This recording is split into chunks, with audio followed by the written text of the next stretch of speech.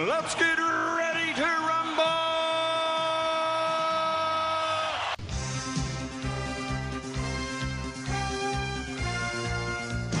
Oh, all right. We are recording there.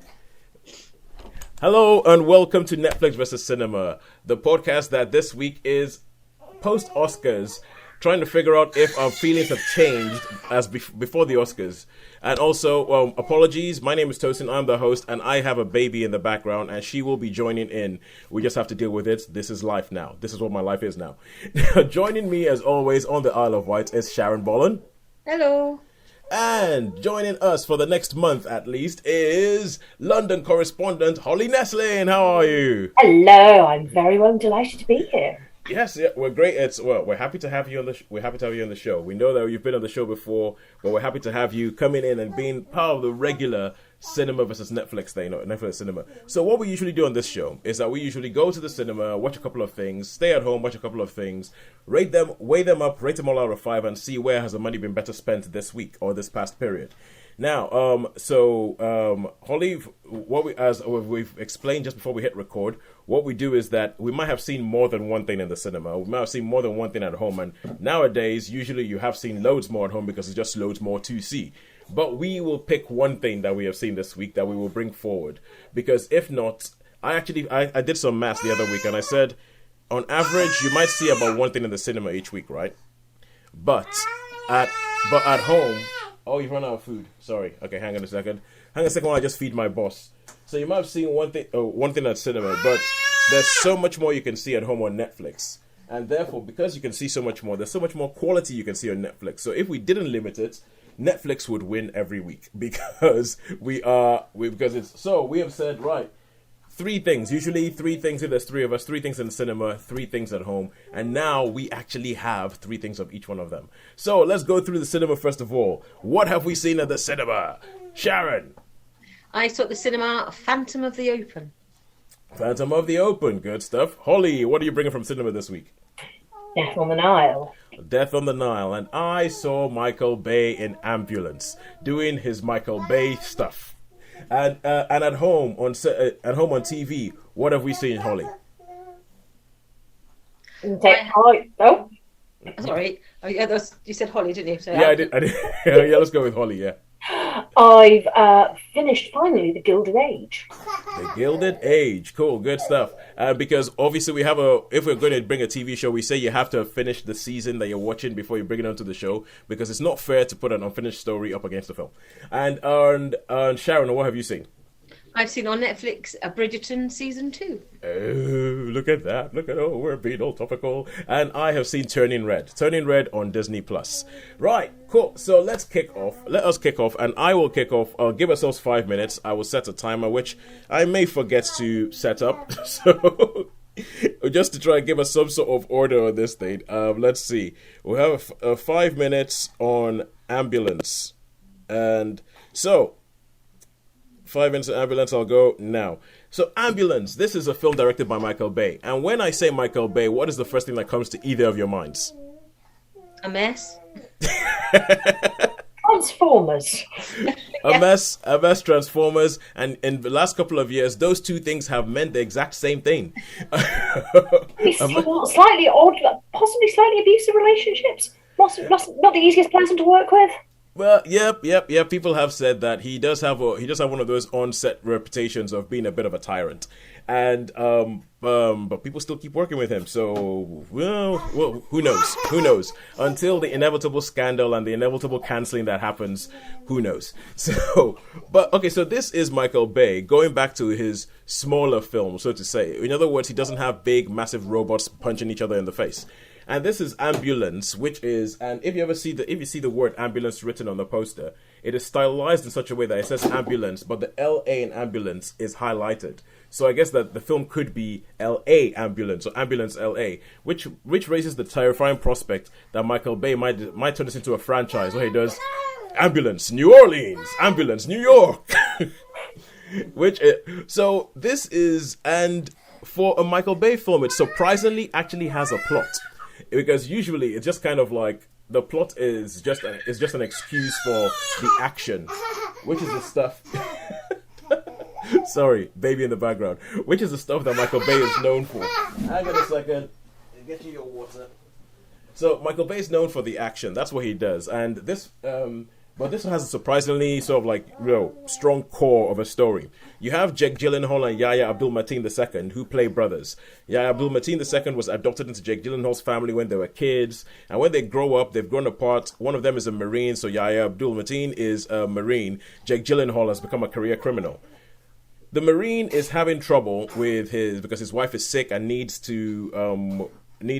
cancer operation, but he doesn't have the money to pay for it because of the American system, and insurance won't cover this and won't cover that. So he goes to his brother to ask his brother for some money. And his brother says, I've got something better than some money for you. I've got a job. Just follow us along at the last minute onto this thing. We're going to go rob a bank. There's going to be like $8 million in it for you. And so he gets talked into where he thinks he has no choice. He goes along on the job. The job goes disastrously wrong. I mean, this job goes so disastrously wrong so quickly, it makes you wonder, is this guy actually a good career criminal? Because the heist seems so poorly planned and falls apart so quickly. It looks like a couple of guys who walked into a bank and thought, yeah, we'll rob the place. Everybody on the floor.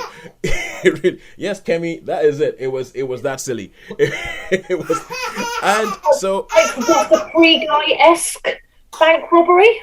It is a Free Guy-esque bank robbery. It's essentially, it feels like, that's exactly what it's like. It feels a little bit like Jake Gyllenhaal and his gang we're playing a video game, walked into a bank and thought, oh yeah, let's rob this place. It all goes to pot. It all goes to pot, and as they're trying to escape, they hijack an ambulance that has Isa Gonzalez's paramedic in the back of it. And then the rest of the film ensues, which is just a long car chase. It's a long car chase all over LA. It is very, very reminiscent of Speed.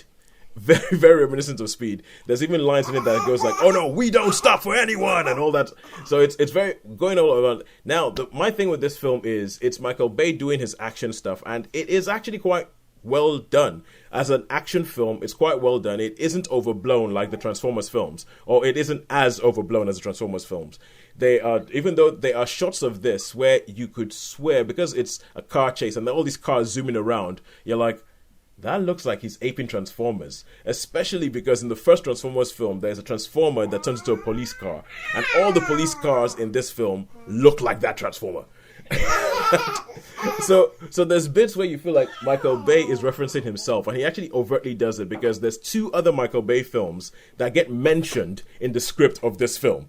So there is a bit where you just feel like he is patting himself on the back. He's having fun, and he doesn't care whether you are, but he is having fun. I honestly, I'll have to watch it again to check out, but I honestly don't think the camera ever stops moving in this film. The camera just keeps, if you have troubles with seasickness, avoid this film. Because the camera just keeps moving, zooms around the screen, zooms up over things, goes under pipe passes, up and down the sides of buildings, doesn't stop moving. And this is really, there's bits of this where it feels like this film is a love letter to LA. Like Michael Bay loves LA and he's shooting LA. The way he shoots LA, you're like, hang on, I thought we were supposed to be focused on some people in an ambulance. But it's like, oh, it's all about this. So all in all, I would give this film a 3 out of 5. I think as seen as the last thing we saw from Michael Bay. Okay, well, after I was going to say Transformers, but that isn't actually true. The last thing we saw from Michael Bay was the film on Netflix called Six Underground, which is terrible. Well, did Shawnee like it? No, Shawnee hated it. Yeah, he did as well. I know there's one that you didn't agree on, but that wasn't that one. Oh no, it wasn't that one. No, but Sean and I agreed on Six Underground. It was a heap of nonsense. Now, is it so bad that I should watch it, or so bad that I should pretend it doesn't exist? Oh, you see now. What? Oh, Six Underground. Yes. Oh, Six Underground is so bad that you should watch it because you will not believe it can be that bad. You will not believe that people have put, some highly skilled people have put their skills towards something that has turned out to be such a mess. I mean, none of the action in that film is coherent. And this film has a little bit of that problem. Some of the action is hard to follow. Is why are you going there? Why are you going? When are you just going there? When now? And you feel as if you know LA, if you know LA, then it might make more sense. Oh, we're going to drive along the LA River. Oh, we're on the 110 freeway or something like that. But if you don't, you're just thinking, hang on a second, how did you get out of there? How did you go over there? How did you get out of that dead? How did you get out of the situation? That makes no sense. That requires a massive lapse of concentration. So and there's all these bits where it's kind of like, it is very Michael Bay to be like, oh yeah, the police, the military, oh look how cool we are. This is America's contribution to society and all that. So there are shots of it that could be accused of being sort of like, military fetishizing. But all in all, I think it's not as bad as his recent efforts. Definitely way better than Six Underground. Definitely better than the last couple of Transformers movies with that he had a hand in. And I would give it a 3 out of 5. So 3 out of 5 for Ambulance. And so now we go over from cinema and we go over to the Netflix side of things. And Holly, you're up. Up. Yes, you're up with the Gilded Age. So the Gilded Age, all I've seen from this, I've seen adverts on Sky and stuff, and they keep talking about from the creators of Downton Abbey, but American. Seems to be the general gist of it. So tell us, is that what the Gilded Age is? Well, so first off, it's not, I'm afraid, on Netflix. It is on Sky. Yep. No, sorry. Okay, we should say this when we say Netflix. We use that as a catch-all term for at home on your couch streaming. Yeah. I just feel I should apologise specifically to Sky on the basis that it's the most expensive way of watching something. So it is. The base background you have is a beautiful New York, looking beautiful in the late 19th century. And it begins with a young woman from not New York, I cannot be more specific than that, whose father has just died, and lo, the money is gone. And it's all rather dreadful. And this very genteel young woman finds herself in a difficult situation. And she therefore writes to her rather wealthy aunts in New York and says, something a little bit more erudite than, gosh, I'm poor now. But that is the gist of it. And on her way to New York, New York City, she is at a train station. She has received some advice from a, attractive, nice young lawyer who has helped her establish that she is now poor. And at the station, she somehow, as her train is coming in, her handbag disappears. Who knows what happens to it? And she looks dreadfully, dreadfully distressed, and she tries to get on the train, but the train conductor will have none of this because he won't take people without tickets, a reasonable position, frankly. So the trauma. And a lovely young African-American woman happens to be there and takes pity on impoverished white girl in very fancy clothes and offers to buy her a train ticket. Yep. And, impoverished, attractive white girl, who, by the by, is the daughter of Meryl Streep, and, very good, frankly, as an actor. Mamie Gummer. Thank you. And finds herself on the train, but not in the fancy carriage with all the other white people. So she has to deal with the shock and trauma of, traveling like a normal person. And they get to New York, and off they head in the rain, and try to get lovely African-American girl to her family in Brooklyn, but lo, there is no ferry, and it's all quite traumatic. So off they go and stay with impoverished girl's family. I honestly can't remember her name. Marion? We're going to go with Marion. Okay. And lo, they get there, and initially delightful African-American girl, name I also don't remember, is ushered down into the servants' quarters, but then she is taken up for, coffee with the nice, wealthy family, who consists of Christine Baranski. Thank you.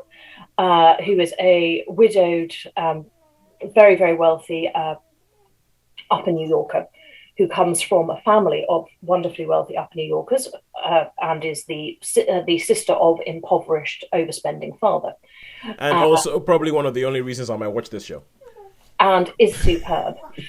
And though ensues conversation, and everybody suddenly realises, after 24 hours of staying overnight, that young, thoroughly capable, incredibly bright African American woman will make an excellent secretary to lovely Christine. And complexities ensue with upstairs and downstairs relationships where everybody's a bit racist, don't quite know what they're doing with themselves. I know it's shocking. What racist? No, you shock me. In the late 19th century, the US was pretty much as racist as it is now. I know, it could knock me over with a feather. So we have our very snobby old school family, and then over the road are the newcomers who have made vast quantities of money. And the madam of the house is a desperate, rather delightful in many ways, social climber who wants to be accepted into New York society. Okay. And, does everything she can. But of course, old New York society look at new money and go, oh, you're really not our sort of people. We don't even want to make eye contact with you, let alone enter your home. Oh, okay. Now, for everything you've said so far, this sounds like that kind of show that can get into this, where you get into this and get into the upside downstairs and the haves and the have-nots and all that. Does it warrant the Downton Abbey but American comparisons? I've never really watched Shaw's Downton Abbey, so I think sort of. I think it probably does have a bit of that upstairs-downstairs balance, but ultimately, and then you've got, the wonderful, wonderful women who have, not quite done right in life, so we don't really approve of them. Mm-hmm. There's those sorts of layers. It has a Henry James feel, except not being as good as Henry James. All right. But still, they're very enjoyable watch. It does better with some bulk viewing, even though they're long episodes. It does better for the story arc if you just sit down and go, well, that's many hours of my life spent, but I can really follow what's happening. And, there are delightful young men and interesting relationships that are not entirely honest. It's the sort of there's a touch of homosexuality in there, which heaven fend, and possibly the suggestion that people of mismatched social classes like each other. Oh, all right. Okay. There are elements that are sordid, there are elements that are exciting, there's some good morality in there. We're disappointed in people, we are delighted by people, there's good and bad in everyone. Okay, so all that goes on. Question. How many stars would you give it? It's a solid 3. I enjoyed it. I will watch series 2, no doubt. Could even be a 3.5, because I will definitely watch series 2. They did a good enough, sort of cliffhanger ending. All right. You're definitely pulled in, and you don't think I have just completely wasted my life watching this. I watched the first 2 episodes. Is it worth me going back and persevering with it? Because I sort of dipped my toe in, and I got a bit like, oh, I'm not sure if I can be bothered. I felt exactly the same. I think I made it to 3 episodes, and then went, but found time on my hands and couldn't figure out what else to watch, and so I thought, well, I might as well. And then got really hooked, and I binged it all. The Gilded Age just going, well, I'm here, you're here, might as well do something with it. Is it brilliant? No. Is it Henry James? No. Is Henry James always all that? Well, that can be open to debate. I'm interested in seeing the costumes, because I know there's a writer I follow who said there's some Worth dresses that are referenced, quite almost recreated, and there's some other sort of styles of that period that they've really faithfully recreated some of the gowns. So I'll be quite interested to see how they've done their costuming. The costuming is absolutely stunning, and a lot of the architecture and the interior design is beautiful, breathtaking, beautiful, and you get a wonderful juxtaposition between, old, discreet money versus, the nouveau, palatial Grecian, French combinations that sort of knock your socks off. Would you want to live there in North? Reinvestigate it then. All right, see now, Sharon, I love Sean and I miss Sean and all that, but this is what I did. I decided, we should get you some sort of these are the kind of conversations you couldn't have with me and Sean. Let's talk about Worth dresses. What is that? But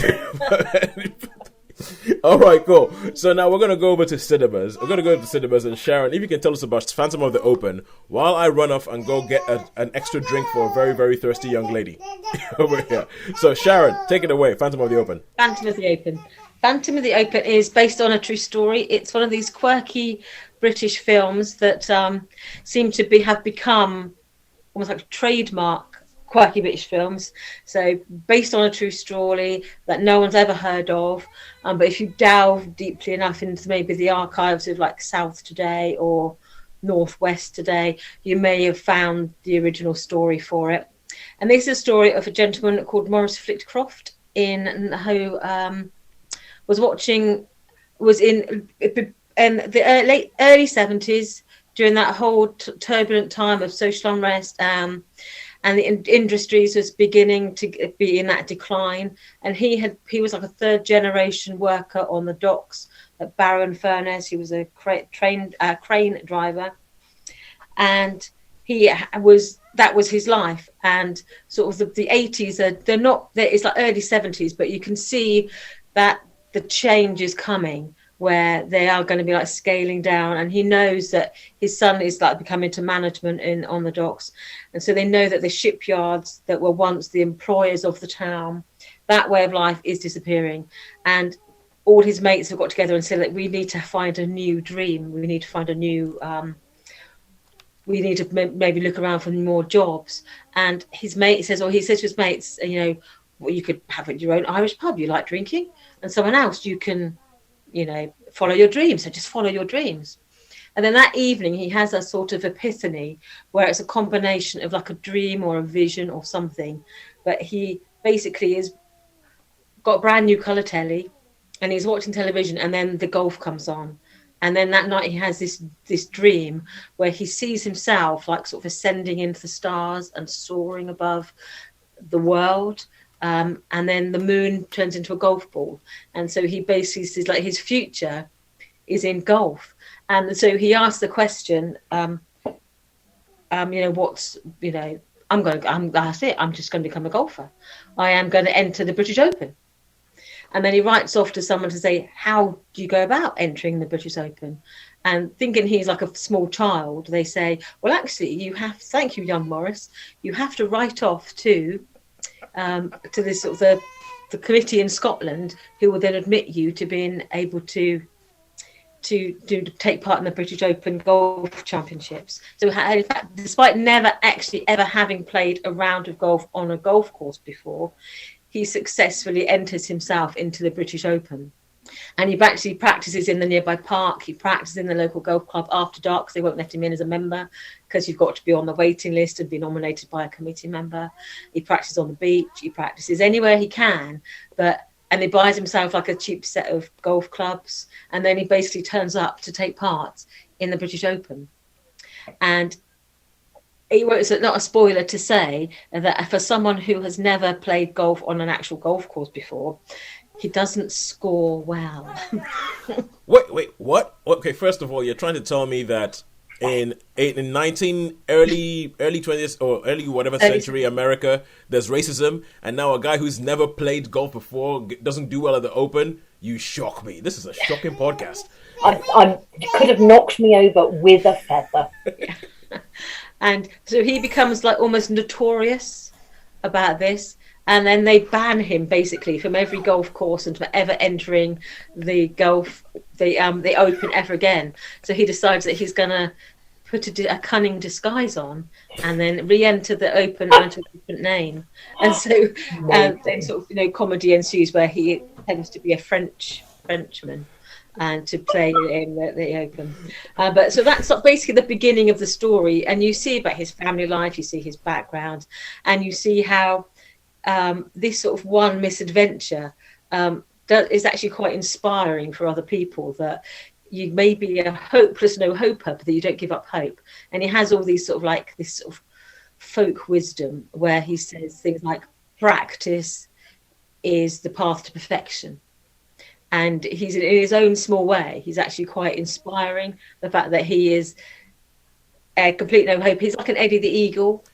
That was what I was going to say. He sounds like Golf's Eddie the Eagle, known more British story of glorious failure. Yeah. So I think had this been an American story, he would then go on to actually win the Open or something. But because it's a British story, he never does. But you see what happens, how he can still inspire and he can still have a fulfilling life, even though he doesn't become this dream. He never gives up on his dream, even though, we know as the British people know that he's never going to achieve this, but that doesn't stop us rooting for him all the same. And I think it just sort of shows you that is like, it had like British quirky film stamped all over it. And he's like a British quirky character sort of running through him like a stick of rock. It would just cut him in half and it would just say quirky, British, and, oddball or something. Well, yeah, I mean that is just the way. I mean, when you look at some of the biggest British successes, it's like for instance, Full Monty. It's kind of like one of those things. Massive film broke all sorts of records, and it's like, do they actually succeed in the?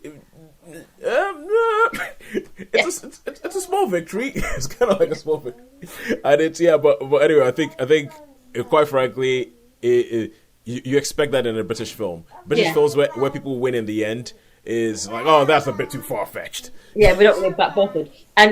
And you could tell during those films, the scenes, obviously the crowd, instead of going, oh no, this guy's hopeless, the more shots he took to sort of putt the ball, the more like, yeah, come on, they were really cheering him. And so the professional golfers, sort of swinging away, were making a mockery of the game. They were getting the polite applause, and but the crowds were like loving him because he was, a complete no-hoper, but he was out there doing it. So they were just absolutely loving him. And you can see how, yes, people would.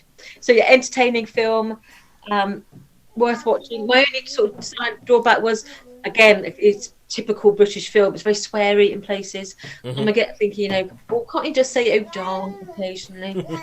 That's not going to happen in this sort of film. So it can be a bit sweary. So I think some of the target audience, like if you want like the Silver Pound, would probably love it. But there's one guy who was watching it, he walked out. So I think he just got a bit like, too sweary for me. And so he just sort of left. Then maybe that wasn't the reason, but he didn't stay for very long. He just got up after one point and went, not for me. And then he left. Yeah. So if you're aiming at the Silver Pound, then I think sometimes you may need to tone down the Effin and Jeffin a bit. Yeah. But I enjoyed it. Very good fun. Leaves you sort of feeling sort of quite warm and fuzzy about it. So, but it's not elevated high art. So I would give it a 3, a solid 3. But it's a 3 film rather than anything more outstanding. I'll say just on the walking out, I left a film not long ago, Uncharted. Not because I didn't want to watch it, but because being grown-ups, obviously, we'll see anything. But we found it was so full of, the target audience being under 15, but also unvaccinated and unmasked. Sat there and looked around and went, no, I'm really very comfortable with this. So we left, and the lovely staff said, oh, happy to, return your ticket price. And I know, we're on Limitless. It's fine. We'll have a nice drink by the river. See you the next film. It is funny how having a limitless card does make you sort of like a bit blasé about that. It's like, I'm going to see a film. Oh, don't worry, it's fine. I'm going to see essentially you can treat cinema like Netflix, going 10 minutes. Don't like this. I'm off. I'm going to go. What's starting next? All right, we'll go to that one. I'd say in time of COVID, if I don't feel safe, and I don't really, frankly, we want to be yelled at by a bunch of 12 to 13-year-olds and just read that, or just generally experience the volume. I still find it funny that the most packed screening I have been in since this whole pandemic started was a screening of Belfast, and it was a screening of Belfast with the target audience. So essentially, I was the youngest person in the screening. By my estimation, about 15 years. I was the youngest person in that screening, and it's been the most full cinema I've been. I was like, what the heck is going on? Aren't you all supposed to be hiding at home? But they were they were all sensible with it. All right, cool. So that's 3 stars for Phantom of the Open, Mark Rylance and Sally Hawkins. So, you got to remind me, when we finish doing all of our star ratings, we should talk about the Oscars. We should have a little quick chat about that. But anyway, now we go back to Netflix and Friends, specifically speaking Disney Plus, and this is Turning Red, the latest Pixar movie that has been released directly onto Disney Plus and has bypassed cinemas, which may be a sign of things to come, but I really, really hope it isn't, because Pixar hasn't had... The last film Pixar had in cinemas was Onward, which was a good film, but that was... but they since then they've had Luca, they've had Soul, and they've had now this, and they haven't been in cinemas, and it's a shame, especially with this film, because this film is the first time I think Pixar have done apart from Brave, Brave was a period film, but this is set in 2002. So, around about the time you and I met, Ollie, and it's set in a very, very specific time frame of 2002 in Montreal, Canada. So, everybody is walking around with brick phones and Tamagotchis and all that kind of stuff. And you can see that it's a little bit autobiographical from the director Domi Shi, who made this film, because she is Chinese-Canadian, and you can see that this is kind of like her childhood that she's putting up on screen. So, you meet May, who is a 13-year-old, who is very much... But is a very confident 13-year-old. Like, she knows she's a geek. She's happy with that. She loves maths unapologetically. She has a group of friends where they're like, they just sort of like, they know who they are. They're fine with it. They're not trying to be in with the cool kids in school. They're not trying to be, they're like, no, this is who we are. This is what we're going to be. And she has this whole thing where she goes to school and she's like this bundle of energy and all that. And at home she has, responsibilities, being a Chinese, being the daughter of Chinese immigrants, and so they have this sort of temple, and they talk about the family, and they talk about the views, and they talk about the legend of the family, where there was a woman way in the past who wanted to defend a village, and so the gods gave her the power to become a red panda, a big, massive red panda, to defend her village, and that's something that's been passed down through the ages to all. Yes, Kemi, Baba is here. Okay, cool. So, it's been passed down through all the ages, through all the different women in the family. And at some point, around about her 13th birthday, when she starts noticing boys and like hormones start raging and everything like that, she wakes up one morning after having a bit like I think you were talking about in the Phantom of the Open, a bit of like a fever dream where she sees red pandas everywhere, and she wakes up and she's a red panda. She's turned into a red panda. She walks into the bathroom and she's like, oh my god, no, what's going on? And she's trying to figure out what's going on. She can't figure it out. She's going like, this thing is going on. My body's changing, all that. And she manages to get herself to turn back into a human form. And she's like, okay, good. So she goes to school, tries to keep everything under wraps, because she's figured out that whenever she has a high emotional state, she turns into a red panda. So she tries not to have any emotions whatsoever. And which is a bit difficult because her mum follows her to school, and things go in, and then it transpires that her mom and her dad know about this, and they have been waiting for the day this will happen. And she's like, what the heck is going on? And so you find out that this is something that goes on through the family, and all the women in the family, her mom, her grandmom, her aunts, have all had this. And it's all about... So what? Like Teen Wolf? Yeah, there is a massive element of Teen Wolf. I personally cannot... I find it really difficult. I find it hard... to understand why no review I know has spoken about Teen Wolf. Now, and I think I can understand, because this is a woman's, it's a female story. It is a Chinese story, so you don't want to sort of like try and take that away from it. But this story, the storyline and the story structure, to me, is very Teen Wolf. There's a lot of Teen Wolf in it. But it becomes this whole thing about, because obviously, in case you haven't noticed it, this red panda can be used as a metaphor for changes that young girls go through, and it's all about, okay, so now that this red panda is here, the rest of the film becomes a thing of, what are you going to do about it? Are you going to embrace the panda, or are you going to get rid of the panda? And so it's a really good coming of age story. I really, really enjoyed it. I thought it was really, really good. And I think one of the things that will stick with you, especially if you were active and listening to pop music in 2002, is that there's a with her being a 13-year-old girl, she's really, really into a boy band. And this is a boy band called Four Town. There's a boy band called Four Town, even though her mother says, but there's 5 of them, but they're called Four Town. And Billie Eilish and her brother Phineas O'Connell, who wrote the last Bond theme, have written some songs for this boy band. So the boy bands performed the songs in the film, and the songs are so on point. The songs could have been performed by Backstreet Boys or NSYNC, and they will stick in your head. They will stick in. So we've been walking around, my wife and I have been walking around since we watched it going, you're never not on my mind, my mind, my mind. I'm never not by your side, your side, your side. So yeah, it is brilliantly made, brilliantly realized. I've never been a 13-year-old girl, but I can imagine some of these things, and this film gives you a little bit of an insight to people like me who've never been a 13-year-old girl. It gives you a little bit of an insight, and I just thought it was a blast. I thought it was a lot of fun, and I thought it was Pixar changing what they do slightly, giving some sort of like underrepresented voices a go, which they've done a little bit like with Soul as well, that they did with Soul, but still keeping that focus on story and keeping that story and keeping the focus on the heartstrings as well. So I would give Turning Red a 4 out of 5. So if we carry on now and we go back to cinema, and this is a film that we have been that Sharon and I have been trying to review for a while, but we haven't been able to make it to the cinema. Or neither were you. You're not allowed this. You're too young for the age rating. But this is Death on the Nile. And Holly, you have managed to see this. So can you just tell us a little bit about Death on the Nile and what your thoughts were? So, first off, it's an Agatha Christie.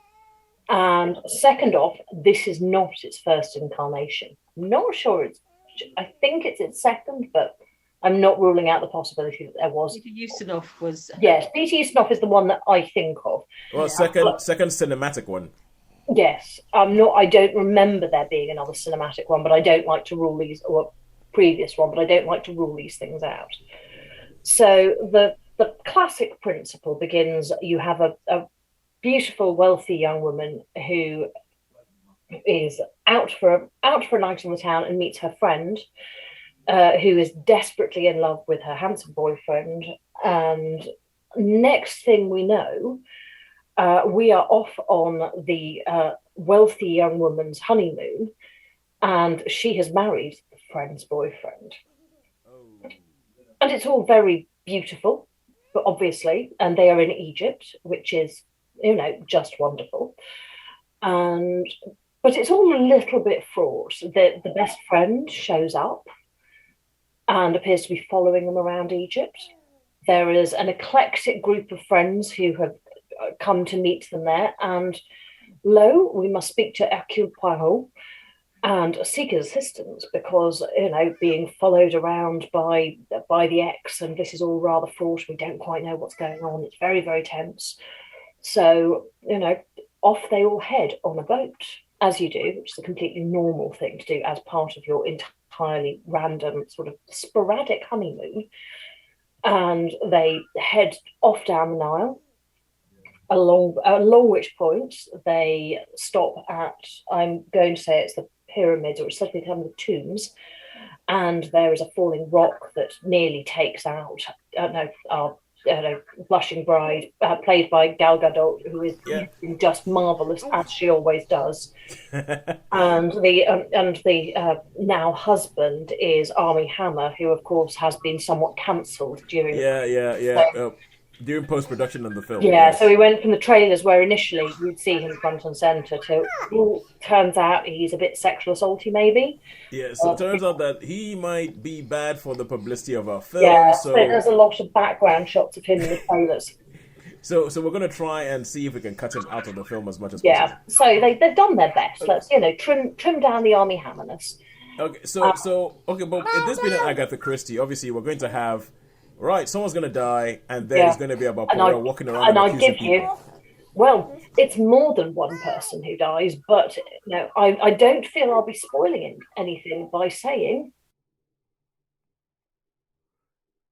I think we all know that one in advance. Because whom else do you kill? So, Hercule steps in, and the investigations begin. There are more there are twists and turns, as there always are in Agatha Christie. But what's a little frustrating about it is that it takes on things. It adds more twists and turns than Agatha Christie intended. Obviously, Agatha Christie was writing at a significantly prior period, and the world was quite different. But I can't quite figure out how I feel about it, but they managed to throw in gay relationships, highlighting, but only both in a very small way, and then the problems with, racism in the early 20th century, but in a very small way. So it doesn't feel like they touch on things that are significant points, but don't address that, either simultaneously address them too much and yet not nearly enough, if that makes sense. Well, yeah, I think this is something that I always think is a bit of a dilemma, because Agatha Christie was written to be entertainment, and not particularly deep entertainment, not particularly supposed to do anything. So if you're going to watch an Agatha Christie thing, you're going there for a bit of a turn your brain off mystery. You're not going there for like a big examination of social mores or big examination of the social world that you live in. That's not what you're going to Agatha Christie for. But at the same time, there are problems when you're trying to tell an Agatha Christie story in the modern world, especially seeing as one of her stories, which is now called "And Then There Were None," originally had a totally unpublishable title. So I guess it's one of these problems where you have trouble sort of dealing with the history of the material, but at the same time it's supposed to be frivolous entertainment, and how do you sort of like strike that balance? It's and how do you do it in a suitably modern and sensible way, so you don't suddenly have a terrifyingly white cast, yes, without not mentioning race given the time period, but also not mentioning it. So there's interesting balance, and you also there is some sort of attempt in the new Agatha Christie's to be a bit more complex than they were anyway, and to probably right some wrongs in relatively light but enjoyable writing. That comes from a really laudable position, but I don't feel they don't quite do it.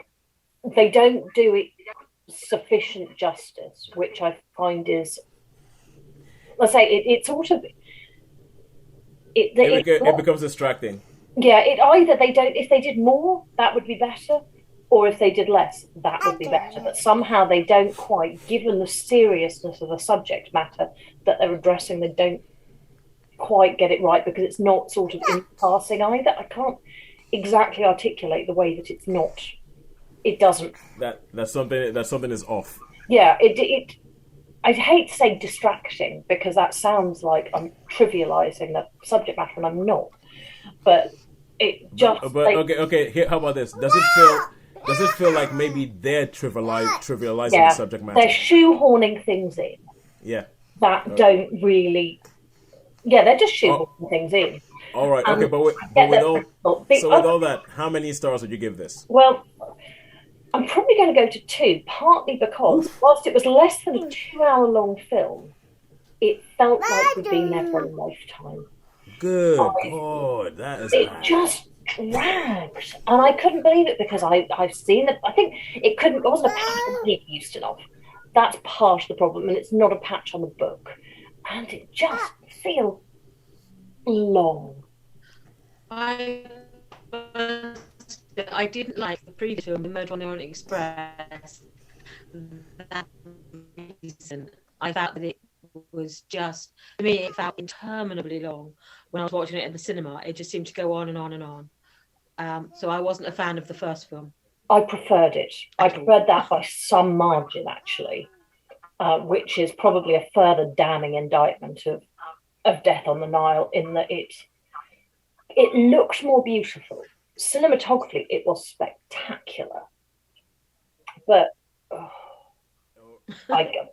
It's actually impressive. I stayed awake given my ability to fall asleep in things. All right, cool. It sounds like that might be the death of the Hercule Poirot extended universe. Yeah, I think Okay, Kenneth Branagh's Poirot it's on extended universe. TV. Sunday All right. afternoon with a cuppa. Okay, cool. So now that is it for Death of the Nile, and now we go to a final thing on Netflix, and this is actually on Netflix with Bridgeton season 2. Sharon, you went into this. You braved the adaptation of Julia Quinn's magnus opus. So tell us, Bridgeton season 2. Far away. My disclaimer at the beginning is I read these books in about 1990 when they first came out, when I was a much younger version of myself. And I can't remember much detail about the books, actually. But anyway, this is book 2, The Viscount Who Loved Me. And that's the sort of overall title of the series. And basically, it's the Bridgeton family. There's 7 siblings. The first story was Daphne's story, and then each subsequent book features a different member of the family. And so this is loosely based on book 2, Anthony's story. And so Anthony is the eldest son. He's the Viscount. He's inherited the title when his father died very young. And as with all titled families at that point, whoever inherits the title, especially if it's entailed, which basically means that it goes to the eldest male relative, the eldest son, and then through the family line, and then it will go sideways to the cousin or whoever. It never goes to the girls of the family. It always goes to the eldest male son. And so basically he inherited this viscountcy the minute his father died. That happened when he was we believe it was like when he was 18 or 19 years old when his father died, and he immediately became the head of the family. And as soon as you become the head of a family, your emphasis is basically to marry and produce an heir, to secure the succession. So, because the last thing any of these wealthy families want to do is for the wealth to leave their families and to be dissipated. So it's now Anthony's got that age where he's nearly 30, and the pressure's on him basically to find himself a wife to secure the inheritance. He needs to go find a carrier for his seed. Yes, He left it a bit late. Generation of that, so the eldest son can continue to pass on this wealth. And so Anthony decided that this season, and the social season basically coincides with Parliament. So when Parliament is sitting, all the lords come into London to sit in Parliament, and then the season basically is all the social events that keep the wives and the families entertained whilst Parliament is sitting. And then all the balls, there's a thing called the debut, which means that a young girl from a wealthy family, and it's normally from the aristocracy, is presented to the Queen. They make their curtsy to the Queen. They are then officially out in society, which means they basically are then eligible to be married. Yeah. So it's telling the ton, which is basically the top 10,000, as it was called, but it's normally much smaller than that, is basically the social elite, the top 10% of the country, that these girls should have backgrounds, have breeding, and they should have a dowry. And the dowry basically means this is what you take with you when you get married. You have a sum of money generally, and the more money you have, the more desirable you are.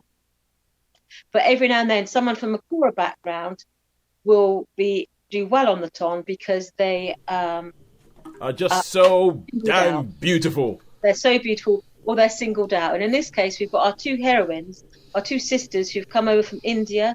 Their mother was estranged from her maternal family, who are English aristocracy. They've come from India, where they live with their stepfather and her mother. And it's Kate and I'm forgetting the name of the other one, Edwina. And Edwina is making her debut because she's 18.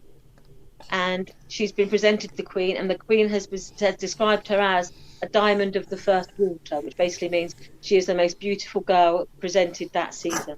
Okay, so far, so what happened to Daphne in season 1? So that's what happened to Daphne Bridgeton in season 1. Yeah, you see her occasionally because basically she's living with her duke on their estates, and so her life it loosely touches in this, but you don't see a lot of Daphne. You don't see anything of the duke, but you do meet Daphne's son and then when there's a family party, they bring the baby out, And so Anthony has decided that he will marry the diamond of the first quarter of that season, whoever she may be, because he just wants a suitable wife who's pretty enough, obedient enough, so that she's young, will make a suitable wife and mother to his children. And he decides, just like buying a car. Edwina, she's the diamond of this season. I'm going to marry her. And then obviously chaos ensues, because even though he's determined to woo and romance Edwina, he's actually more naturally attracted to Kate, the older sister. And Kate is a bit more, she's older, she's 26. She's a little bit more sparky. She's a little bit more feisty and independent. So all the things he didn't necessarily want in a wife, but he can't help himself being attracted. And so age appropriate. Yes. She is a bit more age appropriate for him. Yes, that's it. More malleable, basically. Yeah, but come on, Holly. That's embarrassing for the man. Absolutely. Marrying an age appropriate woman. I mean, oh goodness sake, being attracted to an age appropriate woman. No.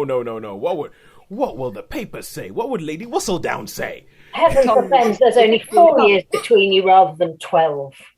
So the ensuing, instead of being like the romance, marriage, honeymoon montage that lasts for the next 4 episodes, and then the conflict within the marriage, this is basically a slower burn than the first season, in which they're fighting their attraction to each other. He's involved with Edwina, so they can't really do anything about that attraction, because it would be like cheating, which in romance novels is like a big no-no. There's like no cheating in romance novels.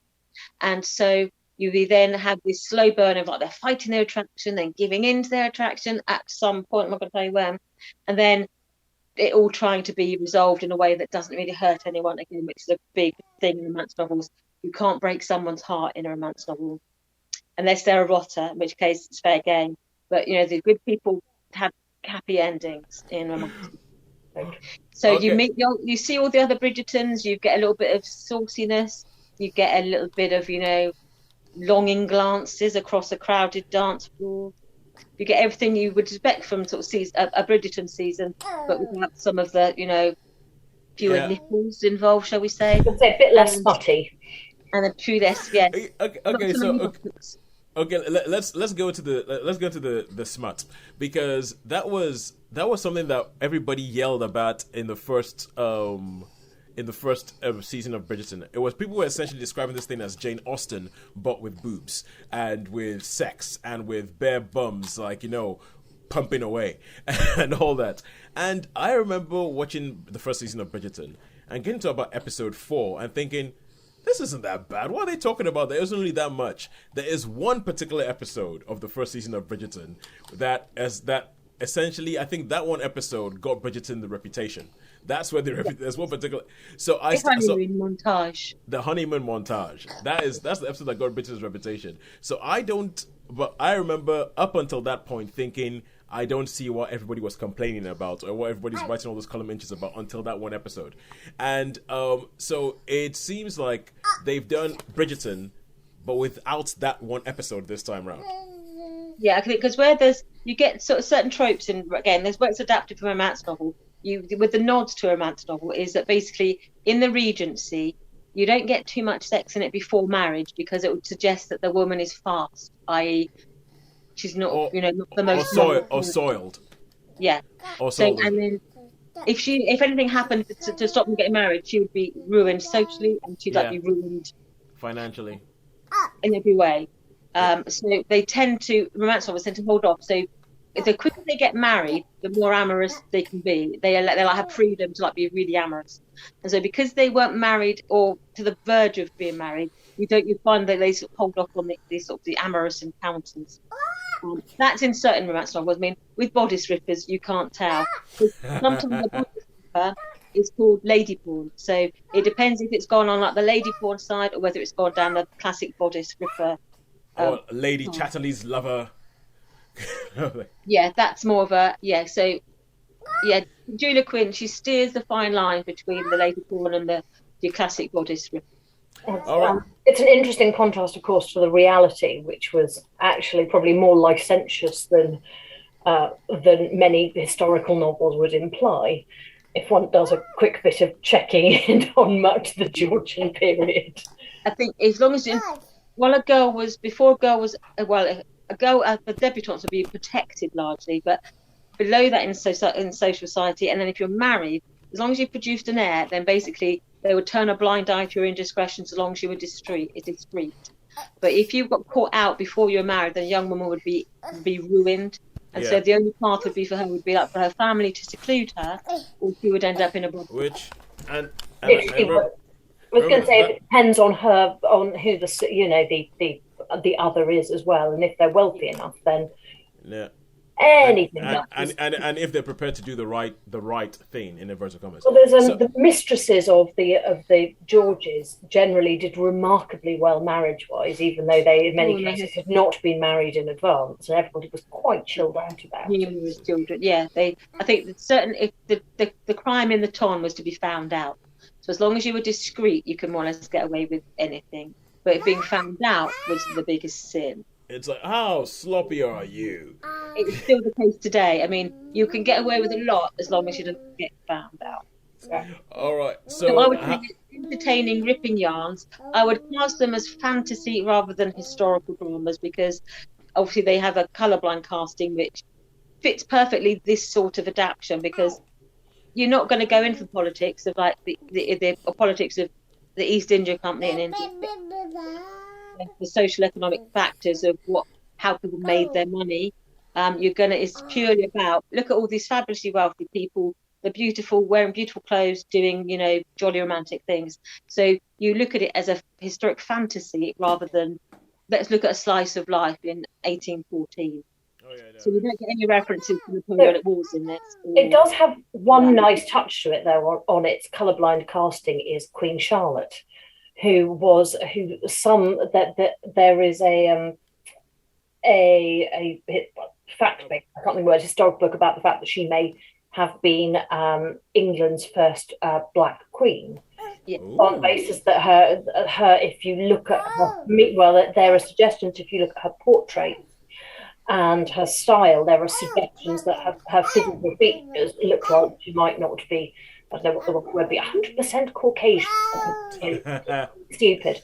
Yes, that's right. We get everywhere. Not totally Caucasian, damn it. It's like you can hold us down. Family. There's some interesting family lineage. Though there's actually an earlier point with Philippa of Hainault, who was the wife of Edward III, just as a complete throwback, and the suggestion that Edward, the Black Prince, might not have just been called that because of the colour of his armour. So there's a bit of history research available to those who have time on their hands. Yeah, I would say, as I was saying, you cannot keep us down, you cannot keep us out, we will find our way in! All right, cool. So how many stars would we give Bridgeton Season 2, Sharon?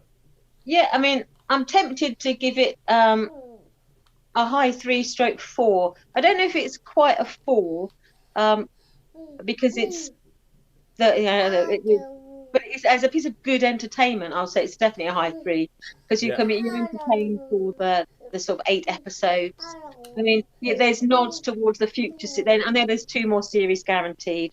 So because I've read the books, I know that we've already met two of their future spouses have already been introduced.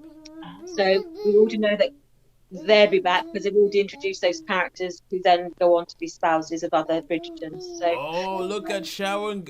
Look at Sharon doing all of Netflix's work for them, putting a tease in, going, go watch Season 2 because you might. Now we're going to be like, ooh, who's going to be the spouse? Who's going to be the next spouse? Oh, who's Colin going to marry? I think that's really obvious. We certainly meet one of the. Yes, I'm not going to say who's, but so if they because in the books it goes after Daphne, it goes like Anthony, Benedict, Colin, Eloise. So they may not follow that in the series because obviously Eloise and Benedict are much more popular characters. And they may leave sort of Colin till last, possibly. I don't know. Well, yeah. Well, we'll see what happens with them. All right, cool. So we are running out of time. A good solitary. Good Oscar talk. We're running out of time. So now the question we have to ask is, Holly, Sharon, we have totted up the scores, and who do you think has won this week? Netflix or cinema? I think it was a heat again. Sharon thinks it's a dead heat. Kemi thinks that's laughable. I don't think it is because we had 2. So I think home screening one. Sorry, I was a bit like, I missed the 2. from Okay. cinema. So I think we have got a home screening one this week. I agree. You would be right with a total of 10 points. 10 points out of a possible 15. Netflix and Friends have won it. And cinemas have gotten, it was looking like it could be neck and neck. It was going to come down to the final round. And like the final round, cinema still had a chance until Death on the Nile came in there and very appropriately holds the cinema ship below the waterline. And so, Really did. The Nile has caused death. and once that happened, I don't think there was any way back for cinema. All right, cool. So that is it for our reviews this week. And now I'm just going to say if we can take 5 quick minutes and say, so do you think, after Sharon, we were talking about the Oscars last week and how nobody pays any attention to the Oscars anymore and how they don't really mean that much. And how the Oscars, hang on a second, what is going on? Okay, I'll take that. I've got it, thank you. And we're talking about how the Oscars were freaking out because... All right, I'm gonna ask this question. Let you guys talk and then mute myself. The Oscars were freaking out because nobody was watching, but now they've got their wish because everybody has been talking about the Oscars since the weekend. So what Not about necessarily you who guys? won them. Not necessarily about the films, but then again, I don't think that the Oscars care that much about people worrying about the films because everything that they've been talking about is not that nobody's paying attention to the films. All they were talking about was the ratings and how we don't have enough ratings. Our ratings are not good enough. And now you know that they're going to have high ratings next year because people are going to sort of like tune and go, anything could happen. It's the Oscars. Anything could go down. What do you guys reckon about this? When I first saw the footage, I mean, I didn't see it initially. I thought it looked a bit like a setup. And then when you see the second sort of exchange, you think, no, those are not happy eyes. This is not a setup. So part of me was a bit cynical about it. And then I thought, no, obviously there's something else going on here. I think it was the wrong thing to do. I think it was inappropriate. I personally would give them sanctions about that, thinking we cannot condone that sort of behaviour.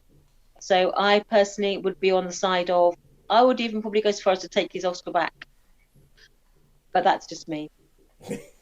I'm not sure that I would know how to respond in terms of Oscarness, but I thought it was an expletive move on both sides.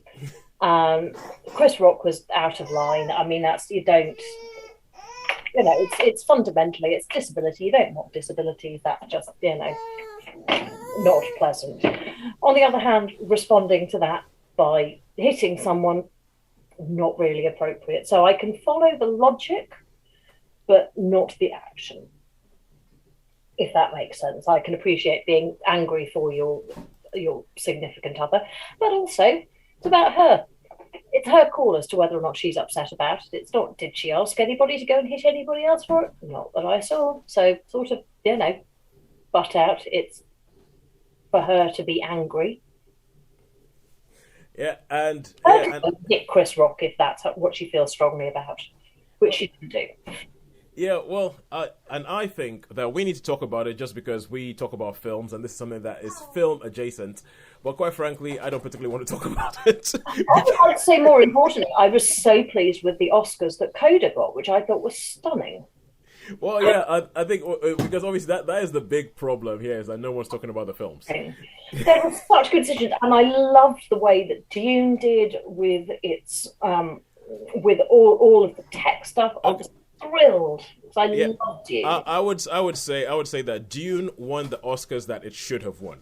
So which is the technical Oscars. The technical Oscars, Dune won the technical Oscars that it should have won because I think if Dune had won Best Picture, I would have been a little bit up in arms because I'm like, it's technically excellent, but I'm sorry, if you haven't read the books, that is a stupidly difficult story to follow because they cut a whole bunch of stuff out.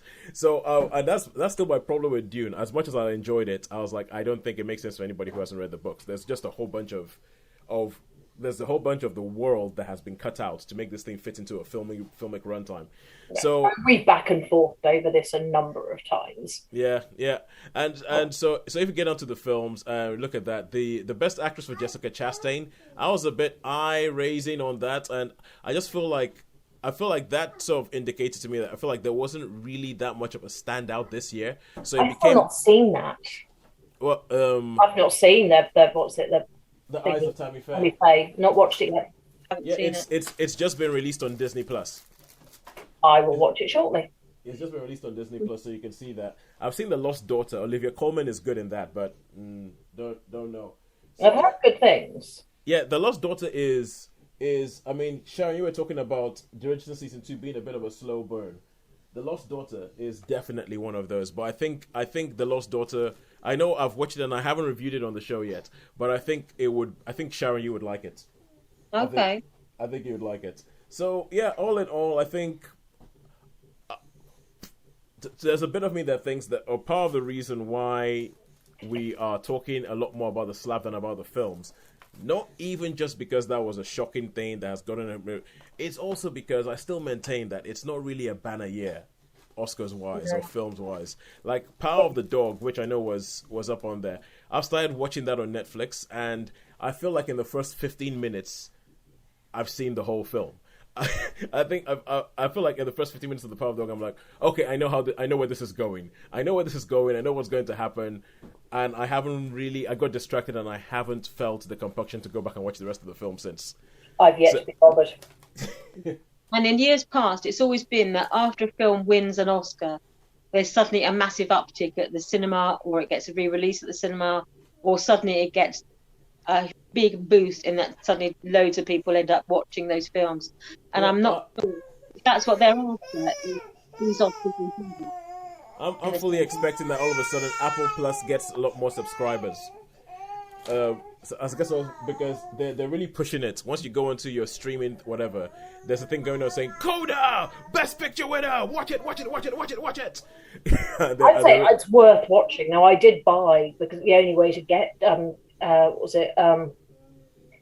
King Richard was by buying it off Apple. Oh yeah. To watch it, so bought it off Apple in order to be able to watch it, because. Yeah. And I have to say, saved for another day, but I did think it was very good. But yeah, I thought it was. It deserved to be up there rated, but I'm not sure that it was. As we went back to, I'm not sure. I think the year was a little slim pickings, and in other years it wouldn't have made it. Yeah, I agree with you on that. I mean, when you look at everybody else that he was up against for Best Actor, I'm like, yeah, why not him? So there wasn't anybody else that I thought, no, they were robbed. There's nobody else. He was very good. He was very good. I think the other two films that he was nominated for, when he was nominated for Ali, and when he was nominated for Pursuit of Happiness, I think he was probably better. But they are better films than King Richard. But it's what you have. And just one final thing I'll say before we sign off: when it comes to taking his Oscar back, that I think is just dumb. I honestly think taking his Oscar back is just because. If you want to look through the list of people who have won Oscars, and you have Roman Polanski, you have Harvey Weinstein, you have all these people, and if they still have the Oscars, because this is where you get to a whole thing of divorcing the art from the artist, and it's like, have they done good work? Have they done award-winning work? Let's judge the work and not the person. But then that's a what's that word? An ant mine? No. And it's a naughty situation that we could be here all day about. But let's just go with say, well done Netflix, you won this week. And until next week when I might be seeing Sonic the Hedgehog 2. Well, sooner you than me. Yeah. So until next week when I shall be seeing Sonic the Hedgehog 2, it's a goodbye from me. Goodbye for me. And goodbye from me. Thank you very much for joining us. And Holly, for your first goodbye from me, that was excellent. Thank you very much. Thank you.